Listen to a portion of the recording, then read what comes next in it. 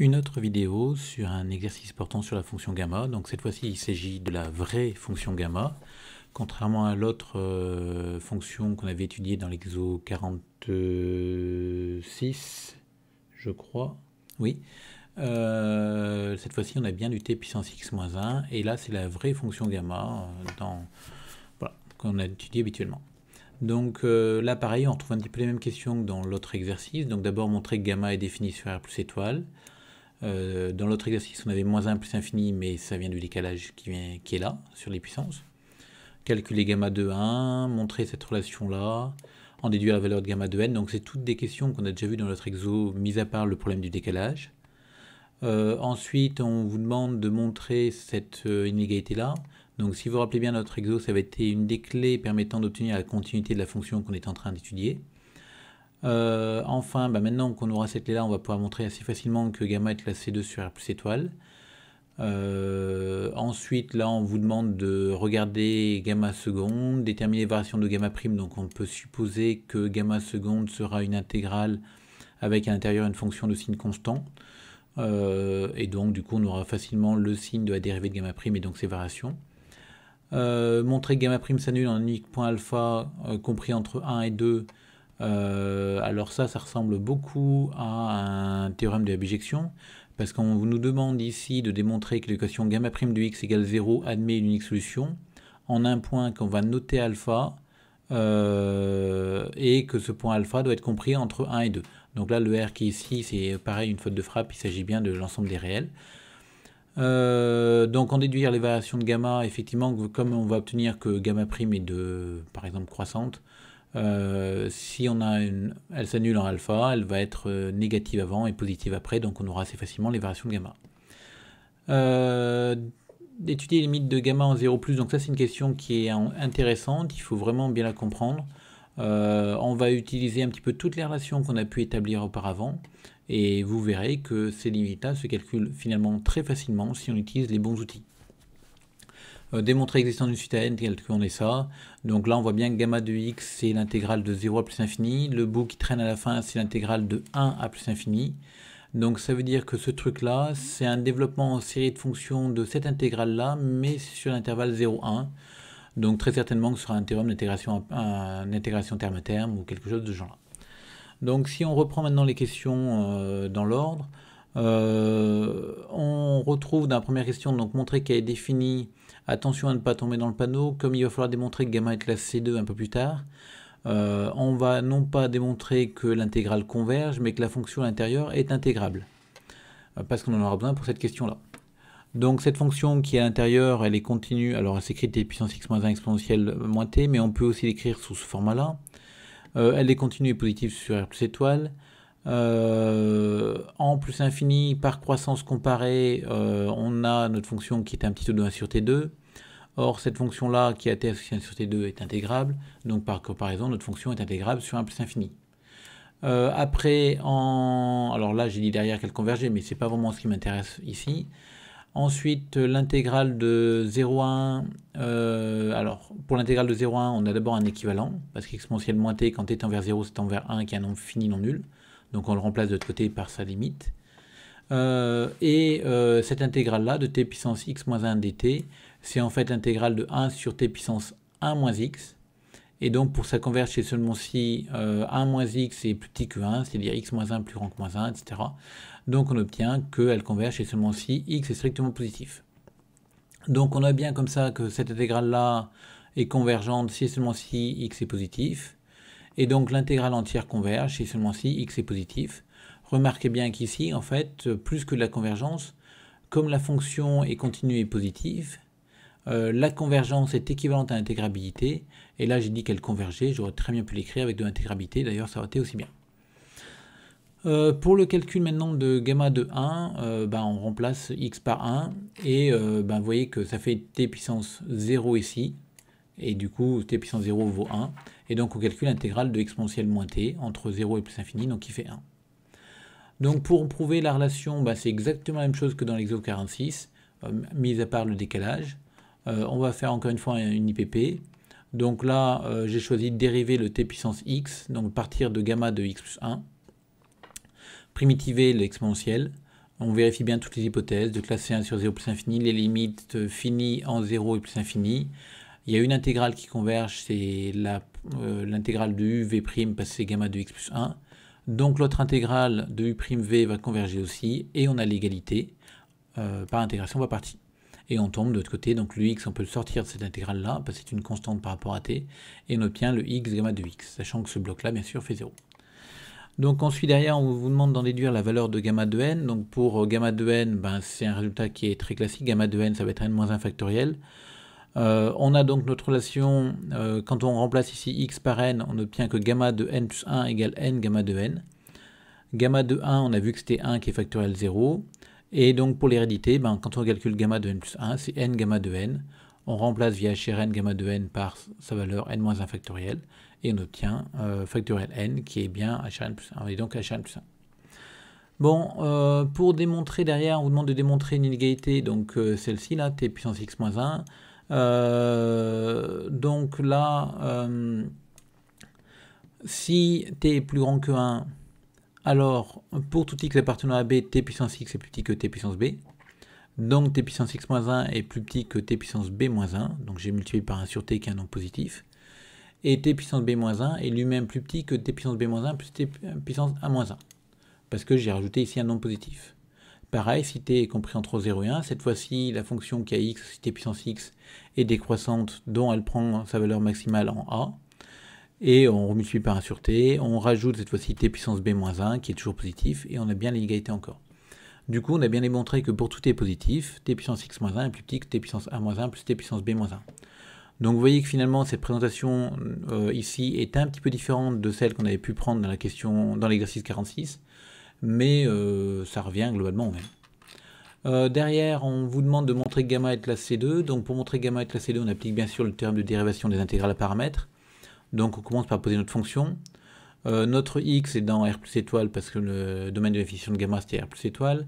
Le t, on le prend dans R plus étoile toujours à cause de ce t puissance x moins 1 qui est là, qui peut être, la puissance peut être négative, donc il faut que t soit non nul. Et on a deux écritures, donc suivant ce qu'on fait, on va prendre plutôt l'une ou plutôt l'autre. Donc à x fixé strictement positif, la continuité par morceau en t est évidente. L'intégrabilité, bon, on a parlé d'un question 1, donc tout va bien. À t strictement positif fixé, la continuité la fonction qui est x associe gamma de xt est de classe C2. Pourquoi? Ben, regardez comme elle s'écrit ici. C'est une exponentielle globalement, donc il n'y a pas de souci particulier. Et on peut dériver, et on obtient ces dérivées là. Et on vérifie que la fonction qui a t associe la dérivée par rapport à x et continue par morceau sur R plus étoile, mais elles sont même continues, et la dérivée seconde, pareil. Enfin, il y a l'hypothèse de domination. Donc pour ça, on se place sur un intervalle AB. Alors, pareil, là, l'énoncé ne vous le dit pas explicitement, il n'y a pas trop d'autres indices, mis à part peut-être la question B, où on avait pris x dans AB, on a trouvé une majoration qui pourrait bien nous servir ici, parce qu'on veut majorer t puissance x moins 1. Donc ceux qui n'avaient pas compris là qu'il fallait se passer sur AB, c'est un peu dommage, ça veut dire que vous n'avez pas beaucoup de recul sur l'exercice. Donc en tout cas ici, je dois dériver, calculer, majorer cette quantité-là, donc on a ce truc-là. Je vous rappelle que le but c'est de faire disparaître la dépendance en x, donc le ln de t ne me dérange pas, l'exponentielle moins t, je l'ai gardé aussi, et il ne me reste plus que le t puissance x moins 1, et j'utilise l'inégalité qu'on a prouvée dans la question précédente, pour majorer par t puissance a moins 1 plus t puissance b moins 1. Donc cette fonction-là, je l'appelle phi1. Pareil pour la dérivée seconde, même chose, ln de t, je les garde, le exponentiel moins t, je le garde, et le t puissance x moins 1, je le majore de la même manière, par la même quantité.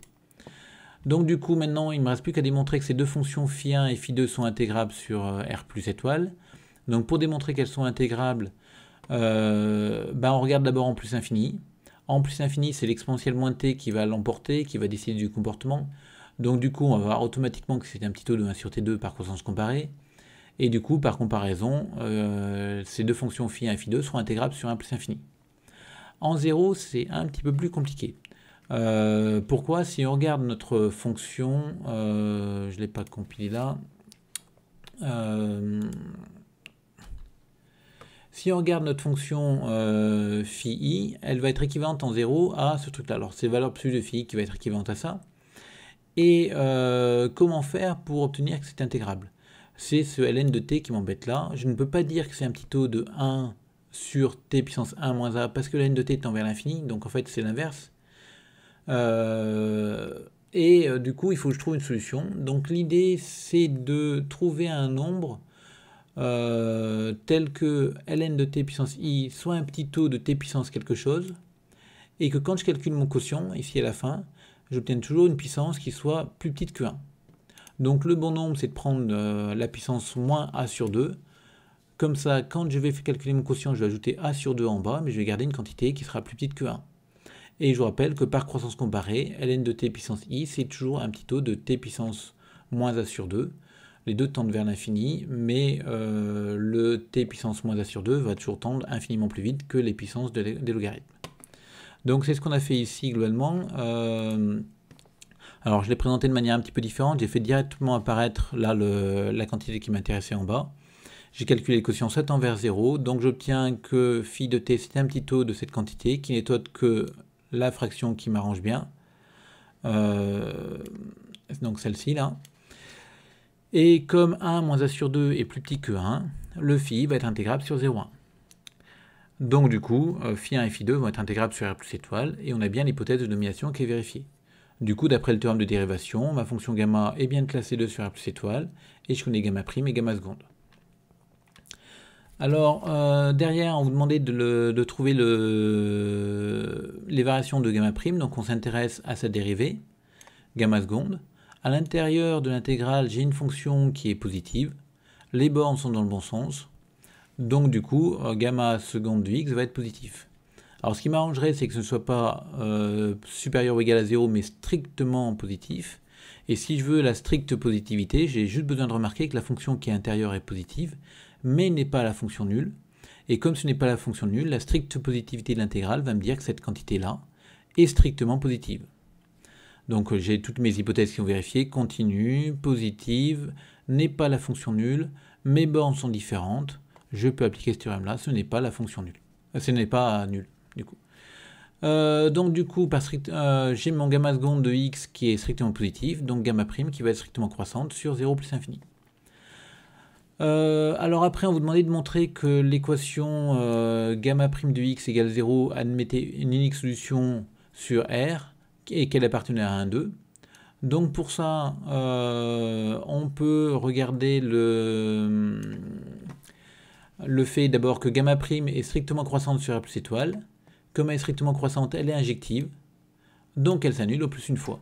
Je vous rappelle qu'une fonction injective, pour une fonction injective, pour tout nombre de l'ensemble d'arrivées, il y a au plus un antécédent.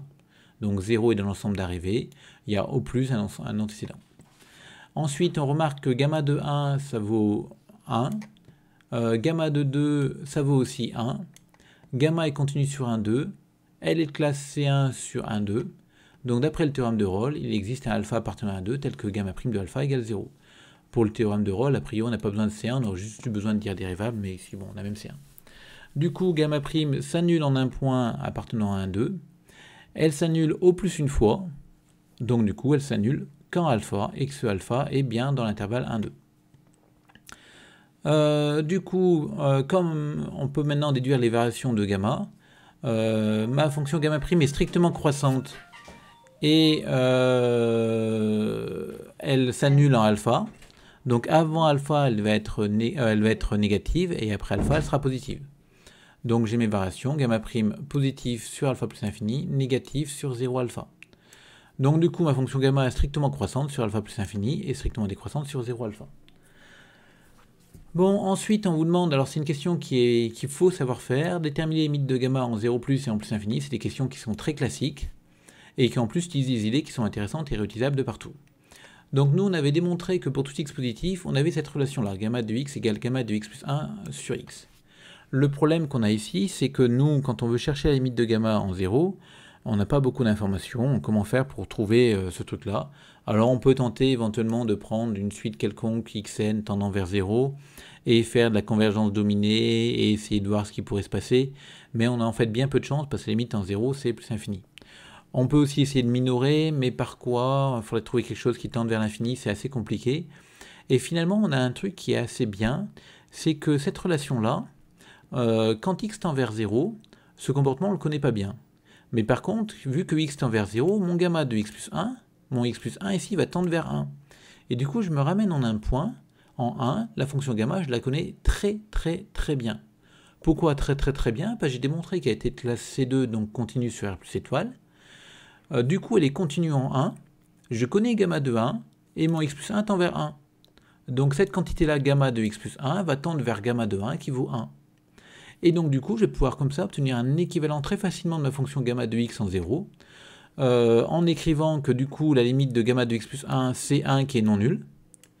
Donc mon numérateur ici va être équivalent à sa limite, et donc j'obtiens comme ça que gamma de x est équivalent à 1 sur x et ça tend vers plus infini. Alors j'insiste, cette idée-là, c'est une idée qu'on peut avoir relativement souvent. En général, quand on a des fonctions définies par une intégrale à paramètres, la continuité aux bornes, c'est des fois quelque chose de compliqué. Et quand on a une relation qui nous permet de nous décaler du bord, c'est une relation qu'il faut savoir utiliser pour trouver la limite au bord. Après, la limite en plus infini, pareil, c'est quelque chose qui n'est pas forcément évident. Donc là, on pourrait vraiment cette fois-ci faire le théorème de convergence dominée en prenant une suite xn quelconque de réel qui tend vers l'infini. Ça aurait de bonnes chances de marcher. Je n'ai pas vérifié, mais je suis à peu près sûr que ça marche. Mais il y a plus simple ici, parce qu'on a démontré que... non, d'ailleurs, je suis à peu près sûr que ça ne marchera pas, autant pour moi. On a démontré que gamma était croissante sur 2 plus infini. Et du coup, on a gamma de x qui va être plus grande que gamma de la partie entière de x. Or, la gamma de la partie entière de x, cette quantité-là, x, la valeur absolue de la partie entière de x est un entier. Donc, on a calculé gamma de partie entière de x, ça fait partie entière de x moins 1 factoriel. Or, quand x tend vers plus infini, on sait que partie entière de x tend vers l'infini. Donc, la factorielle ici tend vers l'infini. Et donc, par entraînement, gamma de x tend vers plus infini. Enfin, on vous demande de démontrer l'existence du suite à n, etc. Donc là, effectivement, il faut bien comprendre qu'il y a différentes idées. D'abord, la relation de Schall, qui nous permet de faire apparaître cette quantité-là, l'intégrale de 1 à plus infini. Donc, on commence par écrire que gamma de x, c'est cette intégrale-là, à laquelle on ne touchera plus celle-là. Et du coup, le jeu consiste à nous intéresser à cette intégrale-là et à essayer de la développer, trouver quelque chose d'intéressant. Donc du coup, alors il y a différentes manières de faire les choses, mais a priori ici, vu ce qu'on veut à la fin, on veut du 1 sur n plus x qui apparaissent là. Donc pour faire apparaître du 1 sur n plus x sur 0,1, on peut essayer de faire apparaître du t puissance n plus x moins 1. Et on sait que ce truc-là, quand on va l'intégrer entre 0 et 1, ça va faire du 1 sur n plus x. Donc c'est pour ça qu'ici on choisit de développer le exponentiel moins t en série entière. Je vous rappelle que le développement d'exponentiel en série entière est valable sur toute R, donc on peut l'appliquer en moins t. Et du coup, notre fonction t puissance x moins 1 exponentielle moins t est égale à ça. Encore une fois, on est obligé d'écarter la valeur 0, parce que pour des valeurs de x plus petites que 1, cette quantité est négative, donc ça pourrait faire une division par 0. Du coup, on pose nos fonctions fn, qui sont celles-là, donc les fonctions qu'on a dans la série ici. Et on vérifie nos points pour pouvoir appliquer le théorème d'intégration terme à terme. Donc d'abord que les fonctions fn sont continues par morceaux sur 0,1, intégrables sur 0,1. Pourquoi? Parce que c'est du Riemann. Et quand on passe le t au dénominateur, on a t puissance 1 moins x moins n. Et cette puissance doit être plus petite que 1, mais c'est bien le cas, parce que x est strictement positif et n est positif. Ensuite, les fonctions fn convergent simplement sur 0,1 vers cette fonction-là. Pourquoi? Parce que ça vient du développement en série entière d'exponentielle. On a vu qu'on avait égalité ici. Donc cette série converge et tend vers ça. Pas de problème du coup de ce côté-là. Enfin, il faut calculer l'intégrale de la valeur absolue de fn de t dt. Donc la valeur absolue a pour seul effet ici de faire disparaître le moins 1 puissance n. Et on la calcule. Donc le 1 sur factoriel n, on peut le mettre devant. Et cette intégrale-là, l'intégrale de t puissance n plus x moins 1, se calcule très bien et on a vu que ça faisait du 1 sur n plus x. Donc du coup, on a une majoration de l'intégrale de la valeur absolue.